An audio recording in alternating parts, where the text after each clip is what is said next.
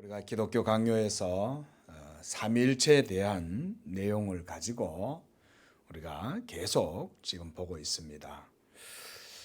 조금 길을 정리하는 의미에서 앞에 것을 간략하게 말씀을 드리겠습니다. 우리가 하나님은 유일하고 참되신 하나님, 살아계신 하나님은 어떤 분이냐? 삼위일체이시다 그랬습니다. 곧 성부와 성자와 성령이 바로 한 본질, 한 하나님이신 거예요. 그리고 그 한 하나님 안에 삼위가 계신데 또한 이 각 위격도 이 각 위격적 존재도 실제이시다 그랬습니다. 그 세 실제가 있는 것이 아니라 한 본질의 한 하나님이신데 그 삼위는 또한 실제로 계시는 거예요. 그래서 우리가 존재론적인 삼위일체다 이런 말을 드렸습니다.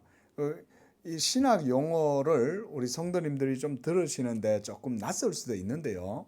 이게 또 별거 아닙니다. 듣다 보면 그게 그 말이구나 이렇게 익숙해지는 거예요. 원래 성도님들이 말씀을 이렇게 듣고 배울 때는 이런 신학의 용어들도요 들어야 또 전체 다른 표현들도 이해가 가능해져요. 이 존재론적 삼위일체라는 말을 안 들어놓으면 그냥 그게 의미에 대한 이해가 더 넓어질 수가 없어요. 그래서 이런 용어들도 우리가 이제 듣는 것들도 중요하다. 그 다음에 제가 존재론적 삼위일체 다음에 말씀드린 것이 뭐였죠? 하나님의 한 본질에 삼위가 계신다. 이런 존재론적인 삼위일체를 말씀드리고 난 이후에 그 다음 경륜적 삼위일체라는 말씀을 드렸죠. 그렇죠? 경륜적 삼위일체란 말은 이겁니다.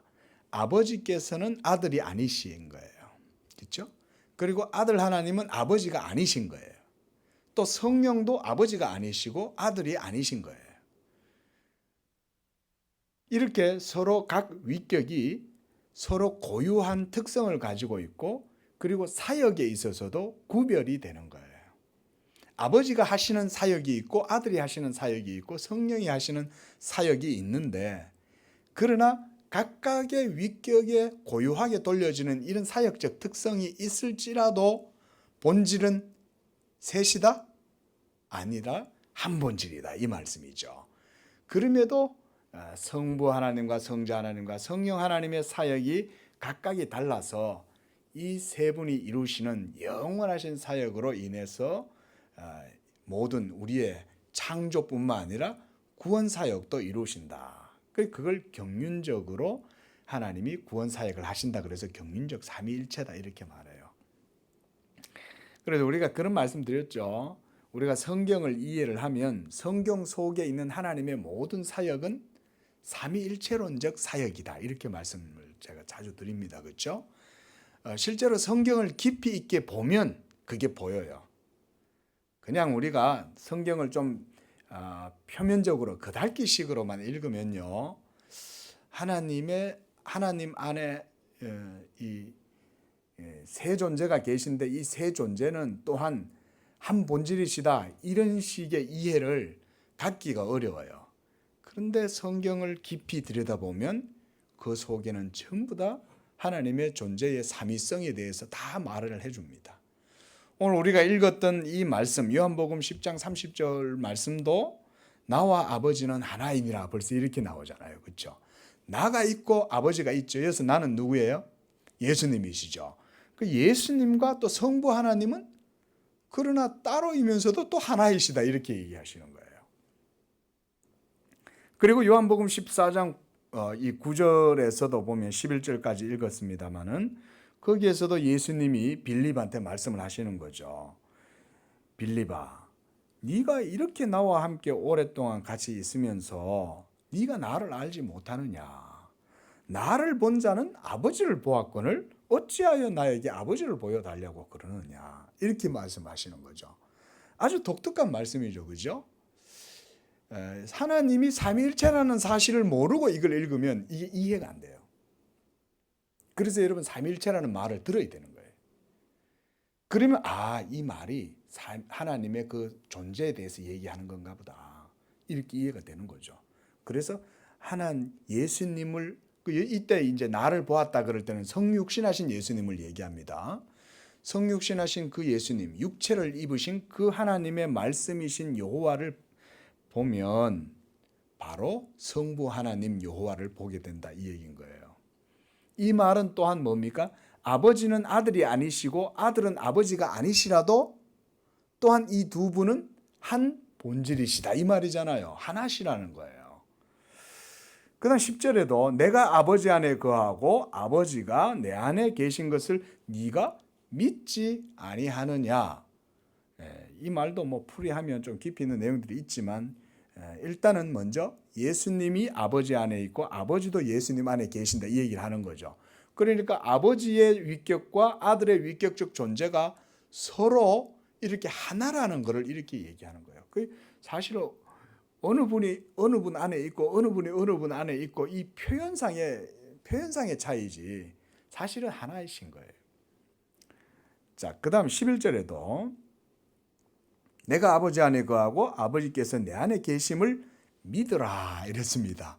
그래서 우리가 삼위일체를 믿으라 이렇게 말을 하는 거예요. 삼위일체를 모르면 이런 성경의 내용을 이해할 수가 없습니다.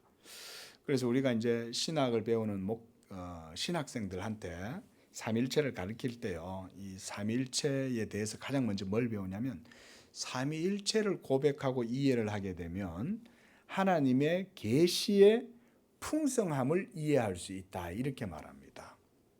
그 성경의 내용을 풍성하게 이해할 수 있는 것은 삼위일체를 알아야 풍성하게 이해가 돼요. 그러지 않으면 단편적으로만 이해가 되고 그러다 보면 성경도 제대로 해석을 못해요. 그러다가 이단이 되는 거예요. 그래서 여러분, 예수님을 하나님의 아들이다 라고 말을 할 때 정확하게 그 하나님의 아들이신 예수를 어떻게 고백하느냐에 따라서 여러분 이단인가 아닌가가 갈려집니다. 그리고 이 예수는 또한 삼위일체와의 관계에서도 그가 하나님의 본체요 하나님의 형상이시고 그가 하나님의 영광을 드러내시는 하나님의 얼굴이다, 이렇게 얘기할 때도 여러분 거기서 삼위일체에 대해서도 제대로 이해 못하면 거기서도 이단으로 나뉘어지기도 하는 거예요.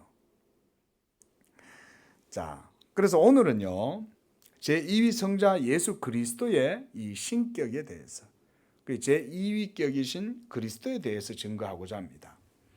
자, 여러분, 성경이 증거하는 하나님의 말씀이란 모두 다 하나님의 아들 예수님에 대한 겁니다. 우리가 신앙은 하나님 말씀 중심이라 그러잖아요. 그때 그 하나님의 말씀이다 라고 얘기하는 것은 모두 다 성자 예수 그리스도죠.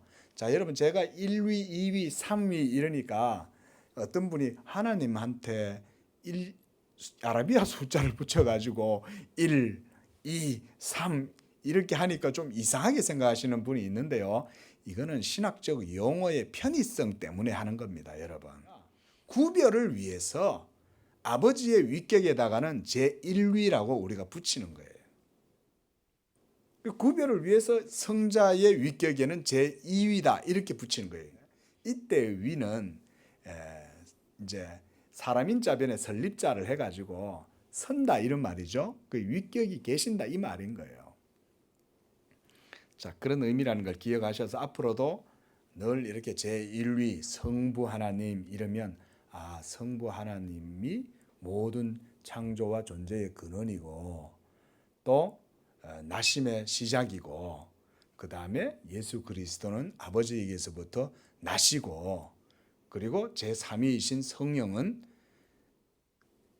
성부 하나님과 성자 하나님에게서 영원히 나오신다, 이런 의미로 여러분들이 1위, 2위, 3위 이렇게 생각하시면 됩니다.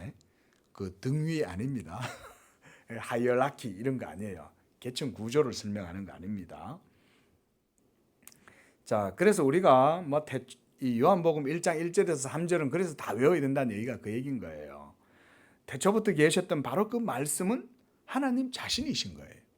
그리고 하나님과 함께 영원히 거하는 지혜를 의미하기도 합니다.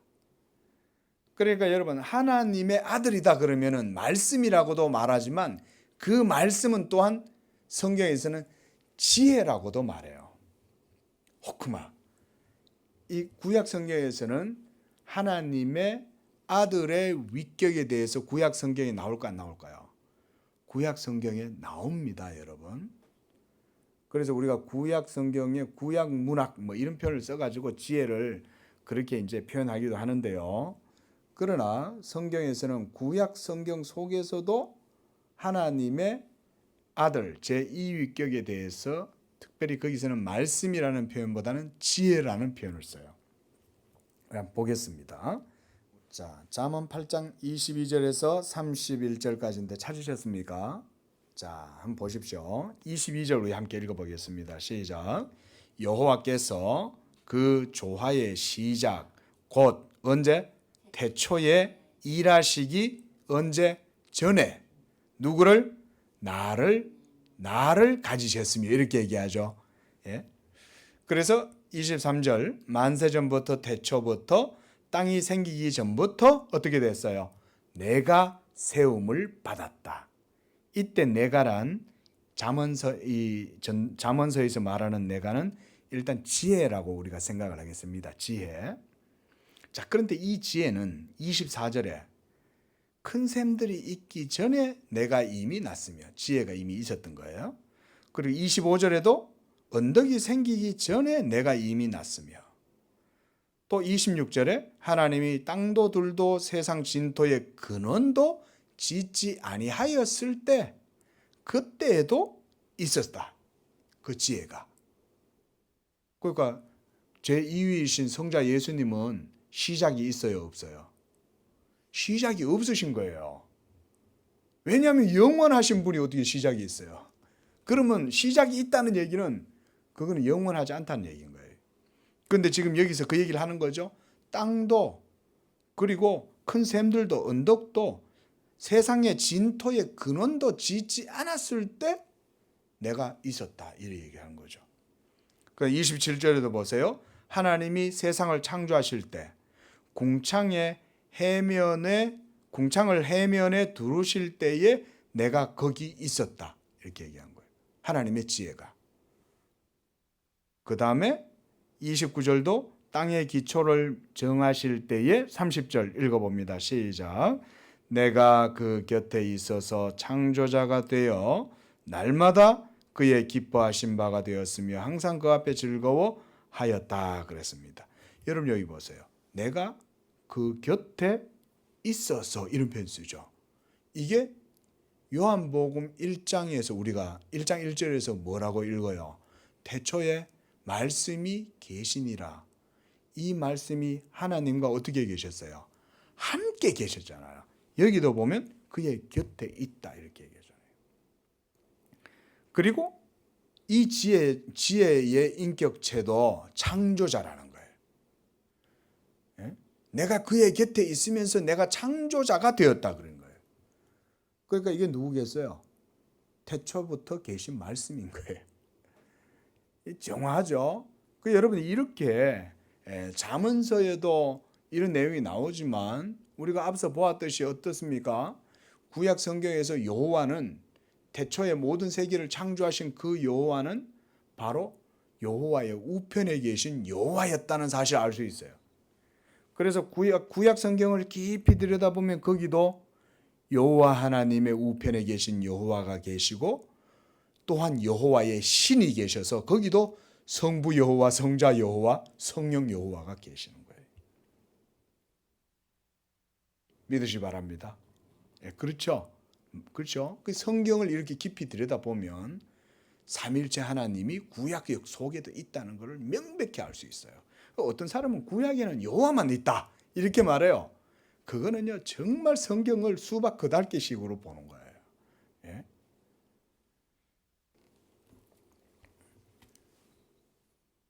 자, 그래서 이 성경에는 하나님께서 모든 세계를 창조하실 때 하나님의 말씀을 이 모든 만물의 창조의 중보로 세우시고 만물을 창조하신 거예요. 우리가 이걸 지난 시간에 봤습니다. 그죠? 요한복음 1장 1절에서 3절까지 그 다음에 히브리서 1장 1절에서 2절까지의 말씀으로 한번 봤어요. 일하시는 하나님 여호와에 대해서. 말씀을 세우시고 그 말씀으로 모든 세계를 창조하셨다는 것입니다. 그래서 여러분, 우리 양재교회는요, 제가 앞으로 참 그런 비전과 소망이 있어요. 하나님의 말씀으로 성도들이 이 말씀의 풍성함과 부요함을 영적으로 누리고, 그것도 성령의 은혜가 있어야 되는 줄로 믿습니다. 목사가 아무리 잘 가르쳐도요, 성령이 결국 역사하셔야 돼요. 그래서 우리가 기도해야 되는 거예요. 우리의 기도의 이유가 거기 있어요. 하나님, 우리 양재교회가 하나님의 말씀의 영광과 그 말씀의 부요함과 이 말씀의 탁월함이 드러나게 해 주시옵소서. 그럼 그걸 누가 드러나게 하시겠어요? 그렇죠. 성령이 그 일을 하셔야 되는 거예요. 성령은 하나님이신 줄로 믿습니다. 그래서요, 우리가 기도하는 거예요. 성령을 우리가 마음대로 조종하거나 조작하거나 부리는 게 아니에요. 막 이렇게 후 이런다고 성령이 막 일하고 이러는 게 없어요. 그거는 불경이에요. 그래서 성령도 정확히 그리스도의 영으로, 하나님 아버지의 영으로 모든 사역을 진리대로 행하시는 분이시기 때문에 우리가 이 양재교회가 이러한 하나님의 말씀에 탁월하고 영광스럽고 복된 부요한 사역을 하려면 성령의 은혜가 우리 양재교회 가운데 역사하셔야 된다. 저는 하나님께서 이 일을 반드시 하나님의 택하신 백성들을 통해서, 기뻐하시는 자들을 통해서 저는 행하신다고 봐요. 그리고 이게 지금 한국교회에 필요한 겁니다, 여러분. 한국교회에 이런 사역의 이 바른 가치관이 정립이 되는 게 중요합니다. 보세요. 그러면 성령을 통해서 말씀의 영광이 성도들 가운데 계시가 될 거 아니에요. 그럼 성도들의 영혼이 말씀의 영광으로 가득하면 어떤 일이 벌어질까요? 말씀의 부요함과 탁월함과 지혜가 성도들의 인격과 삶 속에서 드러나기 시작합니다.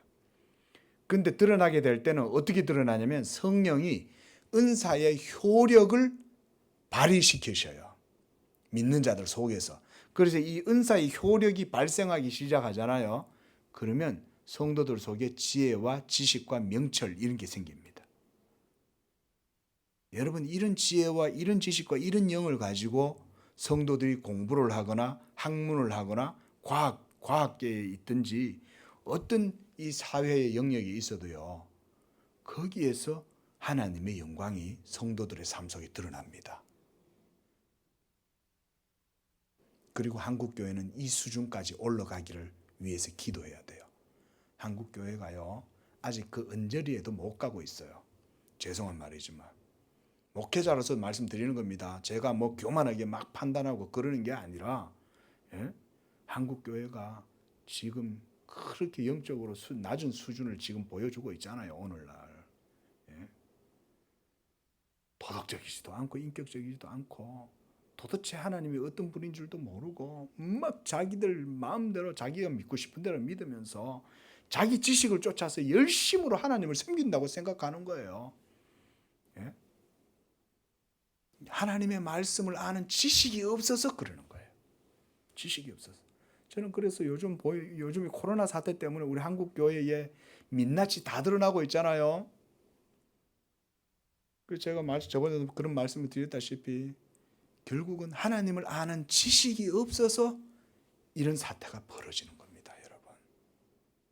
그리고 더불어서 오늘 드릴 말씀은 아니었지만 하나님의 말씀이 성도들의 삶을 지배하기 시작하잖아요. 가장 도덕적일 뿐만 아니라 인격적으로도 탁월한 삶을 살게 돼 있어요. 이게 바로 누구냐면 우리가 소위 17세기, 16세기 때 살았던 청교도들 있죠. 청교도, 퓨리탄들. 그 청교도들 때문에 지금 미국이 생겼지 않습니까? 그렇죠? 그런데 그 16세기, 17세기 때의 청교도들의 그 탁월했던 신앙과 그들의 삶의 감동이 후세대인 지금까지도 사라지지를 않는 거예요. 왠지 아세요? 그들은 모두 하나님의 말씀 진리에 대한 믿음을 갖고 살았기 때문에 그들의 믿음의 삶이 지금까지도 그 흔적이 안 잊혀지는 거예요. 왜냐하면 그건 진리를 따라 살았기 때문에. 우리 양재교회가 바로 그런 교회의 모멘텀이 되었으면 좋겠어요.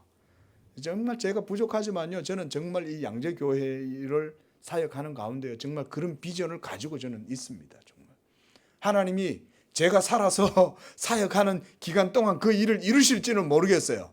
너무나 부족해서 제가 감히 그 일을 내가 하나님 앞에 해드릴 수 있을지 솔직히 저는 제 힘으로는 모르겠어요. 그러나 분명히 저는 하나님은 그렇게 하신다는 것은 분명히 알아요. 최소한. 기도해 주시기 바랍니다. 우리 모두가 함께 기도하는 거예요. 이걸 위해서, 이 교회 사역을 위해서. 자, 이렇게 여러분 말씀이 탁월한 거예요. 말씀의 영광과 이 말씀의 부요함과 탁월함이 드러나면 성도들 영혼 속에 지혜와 지식이 들어가고, 그래서 이 지혜와 지식이 들어가면 하나님의 성령의 은사가 막 성도들의 인격 속에서 전인격적 삶 속에서 하나님의 성령의 역사가 막 은사로 드러나기 시작합니다. 그러면요, 성도들의 모든 삶의 영역에 하나님의 빛이 드러나게 됩니다. 이게 말씀 신앙이에요. 이게 말씀 신앙이에요. 그래서 여러분 우리가 말씀 중심 그렇게 강조하는 겁니다. 그리고 실제로 보십시오. 하나님께서 모든 세계를 창조하실 때에도 말씀으로 창조하시고 말씀으로 창조하셨기 때문에 말씀 중심일 수밖에 없죠. 그리고 이 모든 세계도 이 말씀으로 지어졌기 때문에 이 세계를 탐구를 하면 거기에서 말씀의 지혜를 발견하게 돼 있어요. 믿음을 가지고 보면. 자, 그래서요 우리가 히브리서 1장 1절 2절에서도 하나님께서 그 모든 만물을 자기의 말씀으로 창조하셨을 뿐만 아니라 또한 그 말씀으로 운행하고 보존하신다. 이렇게 히브리서 말씀에서 보았습니다. 그래서 우리가 하나님의 말씀이다 이러면 그건 특별히 뭐냐? 삼위일체 하나님의 명령, 삼위일체 하나님의 지시, 이런 의미가 있습니다. 그래서 저가 명하심에 만물이 섰도다, 이런 시편의 말씀이 있잖아요. 그렇죠? 하나님이 명령하실 때 만물이 섰을 때 여러분 생각해 보세요. 하나님이 명령을 내렸어요. 있으라! 라고 말씀을 했어요. 하나님이. 그때 그 말씀이 뭐냐 이거예요. 그때 그 말씀은 바로 그리스도 자신의 인격의 반영인 거예요. 그게 여러분 그저 허투루 표현하는 성경의 표현이 아닙니다. 여호와께서 있으라라고 계명을 내리실 때, 명령을 내릴 때는 이 커맨드잖아요. 명령을 딱 내릴 때는 그 명령 자체가 바로 벌써 그리스도를 지시하고 보여주는 거예요. 그리고 그 명령으로 이루어진 모든 이 세계는 사물과 모든 현상 세계들이 바로 예수 그리스도의 지식과 지혜를 보여줍니다. 이렇게 아들 자신이 영원하고 본질적인 바로 아버지의 말씀이시다. 그리고 요한복음 5장 17절에서도 예수님은 이렇게 말씀했죠. 아버지께서 이제까지 일하시니 나도 일한다. 아버지가 일하시니 이제까지 나도 일한다. 이 말씀도 우리가 이제 요한복음 강의에서 살펴보았지만 세상이 처음 시작될 때부터 예수님은 아버지와 함께 계속 일해 오셨다는 얘기를 하는 거예요. 그리고 하나님이 일하심에 있어서 이 말씀이 또한 이 창조 사역의 모든 역할을 감당하셨기 때문에 그 일이 하나님과 말씀 모두에게 속한 사역이 된다는 거예요. 자, 이게 이제 창조 사역이죠. 창조에서는 이렇게 하나님 아버지와 말씀이신 아들의 사역이 공이 같이 있었어요. 자, 그런데 여러분 거기에서 우리가 성령은 어디 계신가 이런 생각이 들 수 있죠. 왜냐하면 아버지와 아들 말씀의 위격만 보이지 제3위격이신 성령에 대한 얘기는 없잖아요. 그래서 어떤 사람은 성령은 어디 있냐 이런단 말이에요. 알려드릴게요. 아버지와 아들이 이와 같이 아버지와 아들의 관계라는 것이 지시되고 표현되고 나타나는 것 자체가 벌써 성령의 사역인 거예요. 성령이 아니면 아버지도 아들도 구별을 못하는 거예요. 이해되시죠? 그래서 세계가 모든 만물이 하나님의 말씀으로 지어졌다라고 할 때 이미 그것이 믿어지잖아요. 그럼 벌써 성령이 벌써 역사하셔서 그걸 깨닫게 해주시는 거예요. 그리고 이 모든 세계의 형성도 성령이 말씀을 가지고 조화를 부리시는 거예요. 공작을 하시는 거예요. 성령이. 그러므로 모든 창조 사건에서 하나님을 창조주라고 할 때는 거기에 반드시 하나님의 말씀이 하나님과 함께 있고 그 창조 사역을 함께 수행하셨다는 이런 결론을 우리가 얻을 수가 있습니다. 이 구약의 사역이에요. 창조 사역. 그런데 구속의 사역에서도 마찬가지죠. 하나님은 우리 죄로 말미암아 부패하고 타락해서 죽을 수밖에 없는 우리 인생들을 구원하실 때에, 생명을 부여하실 때에도 아들의 말씀의 영으로 우리에게 생명을 불어넣어 주시는 거예요. 이게 중요한 거예요. 이게 이제 창조보다 더 중요하죠. 처음에는 창조의 기초가 하나님께서 아들을 통해서 이루셨지만 이제 타락해버렸으니 더 이상 창조 자체도 이제 우리한테는 어떻게 보면 본질적인 의미가 없어요. 왜냐하면 우리는 이제 죽어서 지옥 갈 수밖에 없잖아요. 그러면 이 창조 세계 자체는 뭐 말하자면 감옥과 같은 거라고 볼 수 있는 거죠. 그러나 이제 하나님께서 만물을 창조하실 때 그 아들의 말씀으로 창조하신 것처럼 여러분들의 영혼에 생명을 주실 때, 구원을 주실 때도 아들의 말씀으로 우리의 영혼에 생명을 주시는 거예요. 그리고 그 아들의 말씀이 여러분들의 영혼에 생명이 되게 하실 때는 영으로만 하시지 않아요. 어떻게 하셨어요? 육으로 하시는 거예요. 이게 중요한 거예요. 이게. 그래서 우리가 구속주 하나님을 중보자 예수 그리스도라고 말하고 중보자 예수 그리스도를 특별히 성육신 하나님, 성육신하신 하나님의 위격 가운데에서 이해를 하는 게 그건 거예요. 그래서 여러분 여호와의 말씀이 성육신하시지 않으면 우리의 영혼이 부활의 몸으로 새 생명으로 우리가 거듭날 수가 없어요. 성령이 여러분들의 영혼을 거듭나게 하실 때 성육신하신 예수 그리스도, 부활하신 그리스도의 생명으로 여러분 속에 생명을 주시는 줄로 믿습니다. 그러니까 이게 더 중요한 거예요. 창조주 하나님보다 구속주 하나님을 아는 지식이 그래서 더 중요해요. 그래서 칼빈이 이것을 정확하게 이해했기 때문에 칼빈은 지금까지 기독교 강요에서 계속 창조주 하나님에 대해서 얘기를 해줍니다. 그러다가 칼빈이 창조주 하나님을 얘기하다가 삼위일체를 얘기했어요. 지금 우리가 지금 거기 와 있는 거예요. 근데 삼위일체를 얘기하다가 이 제2위이신 말씀의 이 신격을 논해요. 논하는데 칼빈이 이런 말을 해요. 아직은 내가 구속주 하나님에 대해서는 여기서 논하지 않겠다. 이렇게 말합니다. 왜냐하면 구속주 하나님에 대한 논의는 따로 완전히 새로운 파트에서 완전히 새롭게 시작을 해야 되기 때문에 비록 예수께서 제2위 성자시라도 그가 중보자시라도 여기서는 그리스도의 위격적 존재만을 논하고 넘어가요. 그래서 저 이에 이제 이권적으로 들어가면 이제 기독론에 대해서 예수 그리스도론에 대해서 따로 깊이 논합니다.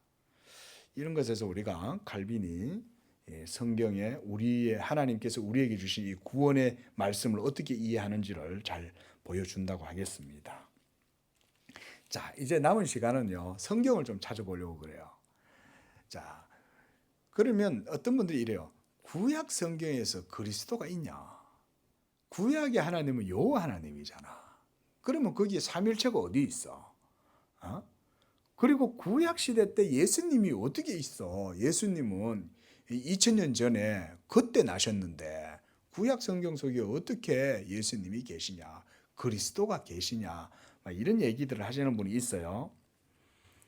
그래서 우리가 지금 이제 남은 시간은 성경을 좀 찾아보려고 합니다. 성경을 찾아서 보면서 구약 성경에서는 어떻게 이 말씀이신 하나님, 예수 그리스도, 이 언약의 중보자라고도 그러죠. 이 그리스도의 위격이 구약 속에 드러나느냐라고 하는 것을 좀 찾아보도록 하겠습니다. 먼저 이사야서 9장 6절을 보겠습니다. 이사야서 9장 6절 말씀 찾으셨죠?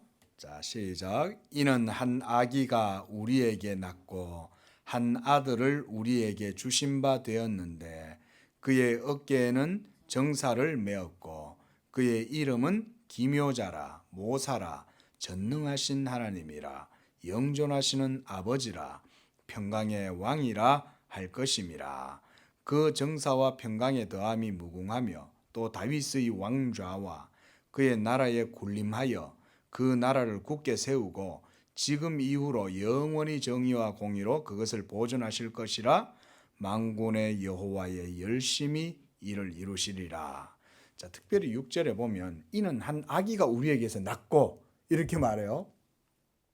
그런데 그 한 아들을 우리에게 주셨는데 이 아들의 어깨에는 정사가 매어져 있고 그 이름은 기묘자고 모사고 그 다음 뭐라고 말해요?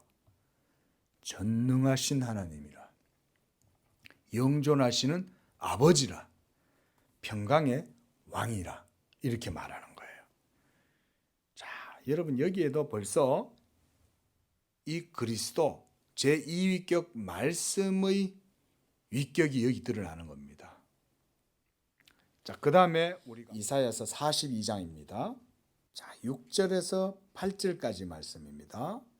나 여호와가 의로 너를 불렀은즉 내가 내 손을 잡아 너를 보호하며 너를 세워 백성의 언약과 이방의 빛이 되게 하리니 내가 눈먼 자들의 눈을 밝히며 갇힌 자를 감옥에서 이끌어내며 흑암에 앉은 자를 감방에서 나오게 하리라. 나는 여호와이니 이는 내 이름이라.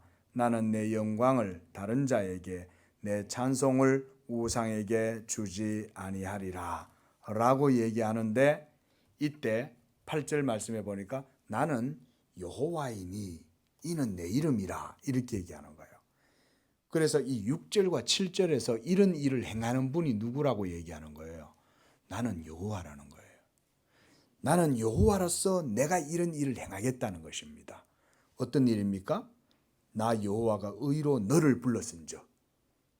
이때 의로 너를 불렀다고 할 때 이 너는 바로 그리스도겠죠. 그렇죠? 그래서 내가 너의 손을 잡아 너를 보호하고 너를 세워 백성의 언약과 이방의 빛이 되게 하리라. 그리고 네가 눈먼 자들, 이 예수님이 눈먼 자를 다 많이 고쳐주셨잖아요. 그렇죠? 그리고 갇힌 자를 감옥에서 이끌어내시잖아요. 예? 베드로도 감옥에서 나오고 바울도 감옥에서 나오고, 예? 그리고 흑암에 앉은 자를 감방에서 나오게 하리라. 이것은 복음으로 말미암아 자유케 하리라 이 얘기인 거예요. 그런데 이런 것들을 누가 하신다는 거예요? 여호와께서 하신다는 거예요. 그 일을 수행하는 여호와가 누구예요? 예수님인 거예요. 그 다음에 우리가 기드온에게서 나타난 여호와의 사자를 한번 살펴보겠습니다. 기드온. 요거는 사사기예요. 6장 22절부터 24절까지. 찾으셨죠? 읽어봅니다. 기드온이 그가 여호와의 사자인 줄을 알고 이르되 슬프도소이다 주 여호와여 내가 여호와의 사자를 대면하여 보았나이다 하니 여호와께서 그에게 이르시되 너는 안심하라 두려워하지 말라 죽지 아니하리라 하시니라. 기드온이 여호와를 위하여 거기서 제단을 쌓고 그것을 여호와 샬롬이라 하였더라. 자, 여기서도 이 22절에 보니까 기드온이 누구를 만났어요? 여호와의 사자를 만나죠. 그런데 그가 뭐라고 하냐면 내가 여호와의 사자를 대면하여 보았으므로 내가 죽을 것에 대한 걱정을 하고 있는 거예요. 그랬더니 여호와의 사자가 두려워하지 말라 죽지 아니할 것이다 이렇게 얘기를 해주는 거죠. 그 다음에 사사기 그 뒤쪽에 있는 13장으로 넘어가 보겠습니다. 13장 8절에서 25절까지의 내용인데요. 여기 계속 하나님의 사자에 대해서 나옵니다. 여호와의 사자가 마노아에게 이르되, 그러면서 제일 마지막 절에 보니까 이는 그가 여호와의 사자인 줄을 마노아가 알지 못함이었더라 이러죠. 마노아가 자기에게 나타나가지고 누가 뭐라고 그러는데 처음에는 그가 하나님의 사자인 줄을 몰랐던 거예요. 그런데 17절에 이 마노아가 이제 이렇게 물어보는 거예요. 여호와의 사자에게 말하되 당신의 이름이 무엇이니까 이러면서 이제 당신 누굽니까? 이렇게 이제 물으니까 18절에 이렇게 대답하죠. 여호와의 사자가 그에게 이르되 어찌하여 내 이름을 묻느냐 내 이름은 기묘자라. 이렇게 내 이름은 기묘다 기묘. 그러면서 20절에 불꽃이 제단에서부터 하늘로 올라가는 동시에 여호와의 사자가 제단 불꽃에 휩싸여 올라간지라. 마노아와 그의 아내가 그것을 보고 그들의 얼굴을 땅에 대고 엎드렸더라. 그리고 22절 보세요. 그의 아내에게 이르되 우리가 하나님을 보았으니 반드시 죽으리로다. 하나님을 본 거예요. 자, 여러분 이렇게 구약 성경에도 하나님께서 친히 그 백성들 가운데 자신을 드러내시는 경우가 많이 있죠. 뭐 대표적으로 우리가 아브라함에게도 하나님께서 자신을 나타내 보이시잖아요. 그리고 소돔과 고모라를 심판하러 여호와의 천사가 내려오셨을 때에도 그들을 통해서 여호와 하나님이 그들 가운데 드러나시는 거죠. 또 모세도 마찬가지잖아요. 모세는 여호와와 직접 대면해서 보잖아요.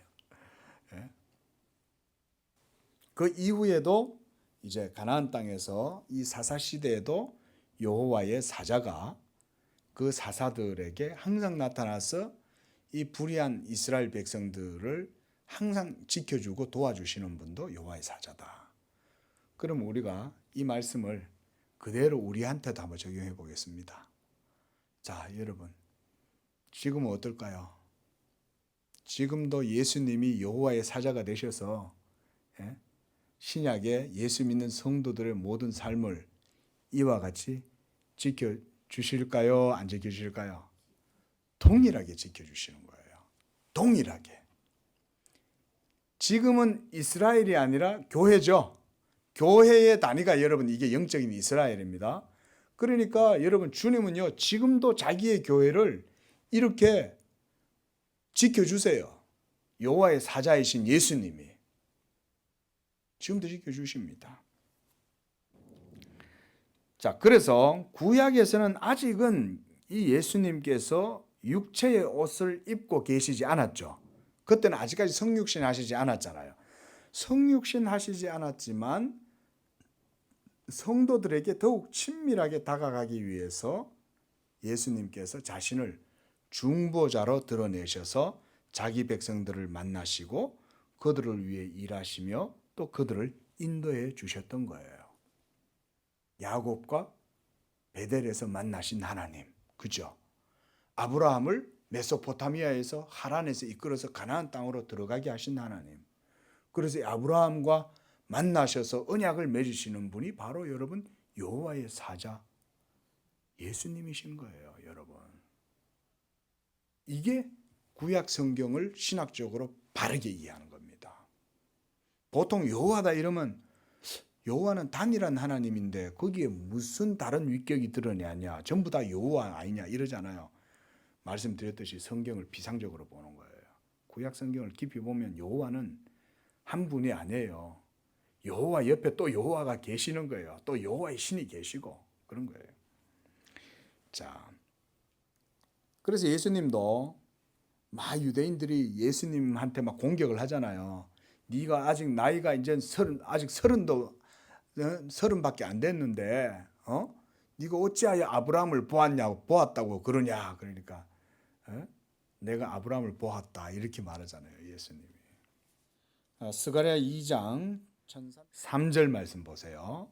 내게 말하는 천사가 나가고 다른 천사가 나와서 그를 맞으며, 내게 말하는 천사가 나가고 다른 천사가 나와서 그를 맞았는데 이 천사가 누구냐면 그들이 자기를 섬기던 자들에게 노략거리가 되리라 하셨나니 너희가 만군의 여호와께서 나를 보내신 줄 알리라. 또 11절에도 나는 내 가운데 머물리라. 내가 만군의 하나님 여호와께서 나를 내게 보내신 줄 알리라.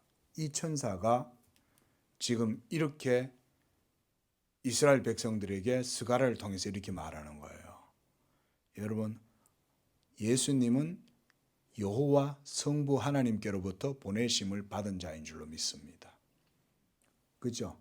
아버지께서 나를 보내심에 예수님은 요한복음에서 계속 그렇게 말씀하죠. 나를 보내신 아버지가 나를 위하여 친히 증거하시나니 이런 말씀을 하잖아요. 여기서도 만군의 여호와께서 나를 너에게 보내셨다고 그 새롭게 온 천사가 그 말을 해요. 그 천사가 누굴까요? 예, 천사 여호와의 사자, 바로 예수 그리스도를 말하는 거예요. 그렇죠. 구약에서 여러분 근데 이제 천사가 모든 천사가 예수님은 아니에요. 그런데 예수님이 중보자의 인격으로 자신을 드러내요. 한번 따라해 보겠습니다. 중보자의 인격, 위격이라고도 합니다. 중보자의 위격. 이걸로 자신을 구약 시대 때 드러낼 때는 아직 성육신 하시지 않으셨기 때문에 제2위격이신 그리스도가 자신을 현현해내는 거예요. 그가 바로 기묘자네요. 모사예요. 전능하신 하나님이에요. 그분이 아직은 육신을 입지 않으셨기 때문에 자신의 영광을 드러낼 때 모세에게는 가시떨기 나무에 자신을 불꽃으로 드러내시잖아요. 불꽃 가운데에서 이 여호와의 사자가 말씀하시는 거예요. 그런 경우에는 바로 제2위격이신 그리스도로 봅니다. 그런데 여러분 구약시대 때의 여호와의 사자들 중에도 천사들도 있습니다. 천사들도 있지만 그 모든 천사가 다 제2위격 그리스도가 아니고요. 그 가운데에서 이렇게 자기를 전능하신 하나님으로 드러내는 천사가 있어요. 그걸 우리가 천사라고도 하지만 주의 사자, 여호와의 사자라고 그래요. 그래서 우리가 그것을 특별히 우리 신학에서는 언약의 사자다 이렇게 말해요. 바로 그 언약의 사자, 베델에서 야곱에게 나타나서 야곱과 씨름한 그 여호와의 천사, 아브라함에게 나타났던 여호와의 사자, 또 사사기에서 여러 사사들에게 나타난 마노아에게, 기드온에게 나타난 그 사자, 이 모든 여호와의 사자는 바로 언약의 사자 예수 그리스도다. 자, 조금만 더 보겠습니다. 이제 구약에 나타나는 우리가 이제 그리스도에 대해서 봤는데요. 이제는 신약에 나타나는 중보자 그리스도, 성자 하나님에 대한 증거들이 있습니다. 자, 우리가 이제 신약 성경에서는 삼일체 얘기를 우리 양조교회는 하도 많이 해가지고 다 아실 거라 생각이 들어요. 그렇죠? 신약에서는 기본적으로 벌써 성부, 성자, 성령이 언급이 되잖아요. 구약 성경에서는 성부, 성자, 성령이란 말이 없잖아요. 하나님도 아버지라는 표현이 있긴 해도 이 신약처럼 그렇게 분명하게 막 삼위일체론적으로 막 구약 시대 때는 얘기를 하지 않거든요. 그래서 지금도 저 유대인들은 하나님을 삼위일체라고 잘 생각을 안 해요.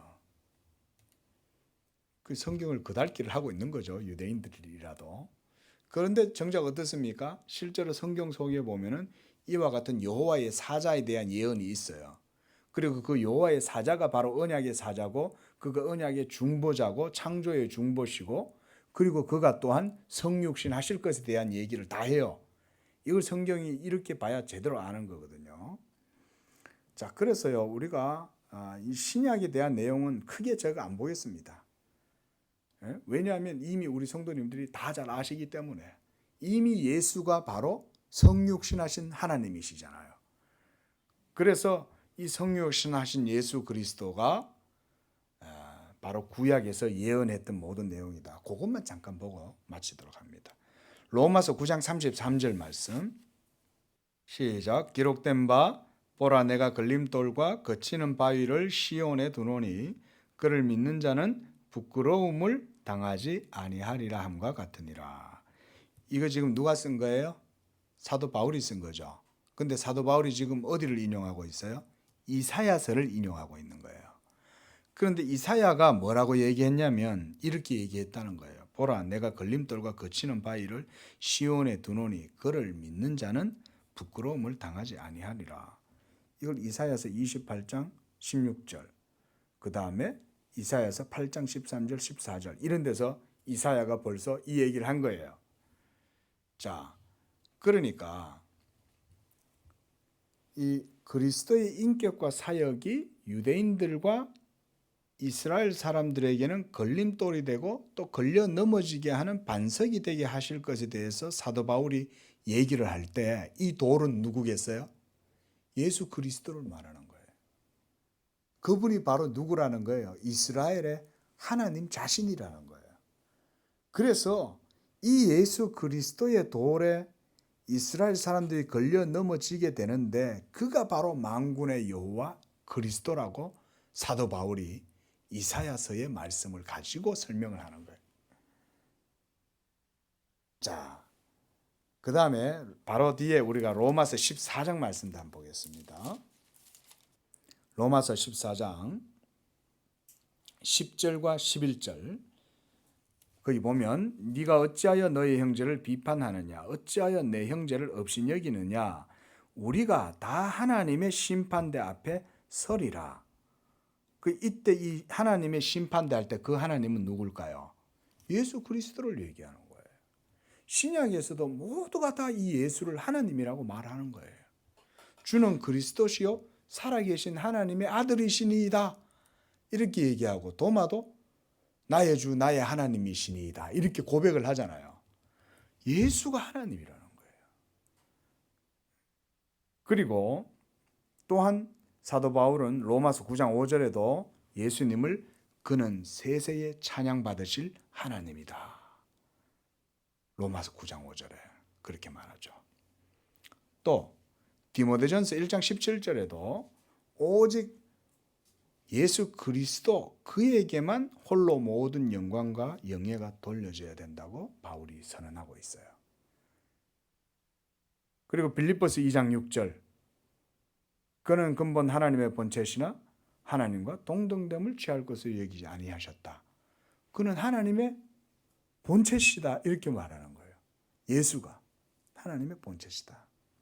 또한 요한일서 5장 20절에도 예수님을 참 하나님이시요 그가 영생이시다 이렇게 말합니다. 예수님을. 또한 고린도전서 8장 5절과 6절 요걸 한번 찾아보겠습니다. 로마서 바로 뒤에 있죠. 고린도전서 8장 5절과 6절 자, 시작. 비록 하늘에나 땅에나 신이라 불리는 자가 있어 많은 신과 많은 주가 있으나 그러나 우리에게는 한 하나님 곧 아버지가 계시니 만물이 그에게서 났고 우리도 그를 위하여 있고 또한 한 주 예수 그리스도께서 계시니 만물이 그로 말미암고 우리도 그로 말미암았느니라. 이렇게 사도가 말하고 있습니다. 또한 디모데전서 3장 16절에 보면 이 하나님이 육신으로 자신이 나타났다 이렇게 말해요. 한 번 더 볼까요? 디모데전서 뒤쪽에 있습니다. 3장 16절 339쪽 어간입니다. 시작. 크도다 경건의 비밀이여 그렇지 않다 하는 이가 없도다. 그는 육신으로 나타난 바 되시고 영으로 의롭다 하심을 받으시고 천사들에게 보이시고 만국에서 전파되시고 세상에서 믿는 바 되시고 영광 가운데 올라지셨느니라. 여기에서도 그는 육신으로 나타난 바 되셨다 이렇게 말하죠. 영원하신 하나님 여호와가 육신이 되셨다 이 얘기인 거예요. 그러니까 예수님은 누구라는 겁니까? 여호와다 그 얘기인 거예요. 예수님이 여호와라는 거예요. 여호와. 보통 이 성경을 이렇게 안 배우시는 분들은 예수님을 여호와다 그러면요, 그 되게 생소하게 생각해요. 그 성경을 깊이 안 봐서 그 생소하게 느껴지는 거예요.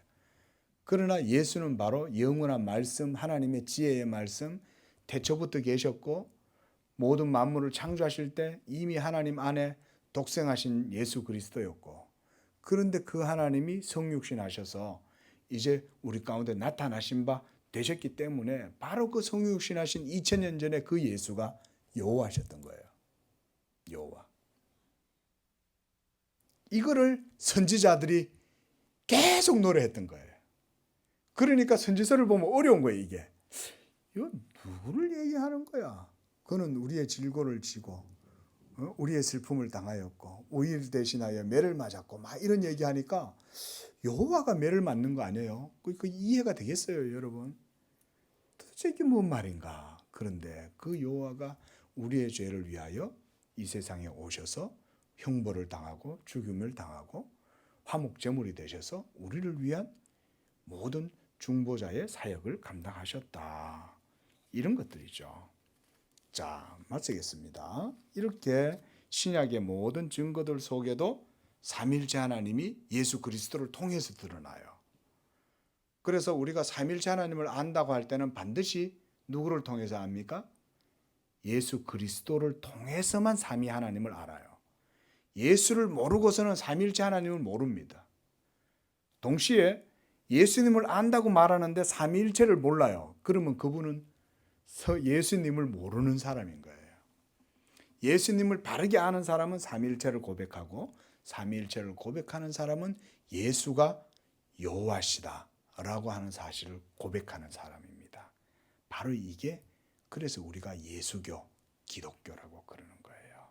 여호와이신 예수를 항상 우리 가운데 모시고 우리가 늘 영적으로 복된 삶을 사시기를 축원드립니다.